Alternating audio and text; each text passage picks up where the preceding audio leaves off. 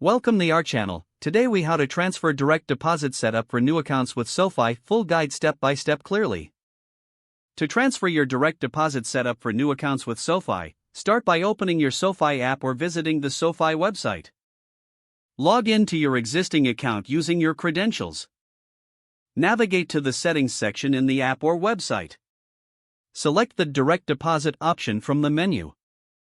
Here, you will see your current direct deposit details. To transfer your direct deposit to your new SoFi account, click on Edit or Update. Now, you must enter your new account information. To do this, you will need your new account's routing number and account number. You can usually find this information on a document from your new bank or within your new bank's app. After entering your new account details, double-check for accuracy. Then, scroll down and confirm your changes by clicking Save or Submit. Next, you may be prompted to verify your identity. Follow the on-screen instructions to complete the verification process.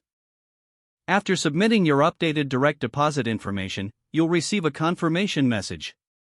Keep an eye on your new account to ensure the changes take effect in your next pay cycle. If needed, contact SoFi customer support for assistance with any issues. With these steps, your direct deposit should smoothly transition to your new SoFi account.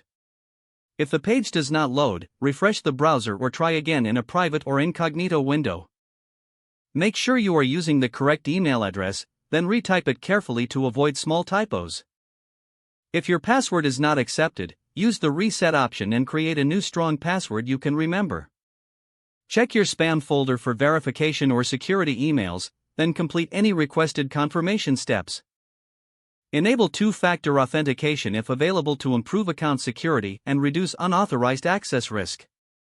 After signing in, review your profile details so your contact information and settings are accurate and current. If you see an error message, note it down and try again after restarting your device and internet connection. Log out when you finish, especially on shared devices, to keep your account and payment information secure. If the page does not load, refresh the browser or try again in a private or incognito window.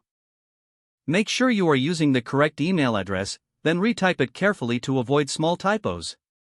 If your password is not accepted, use the reset option and create a new strong password you can remember. Check your spam folder for verification or security emails, then complete any requested confirmation steps. Enable two-factor authentication if available to improve account security and reduce unauthorized access risk.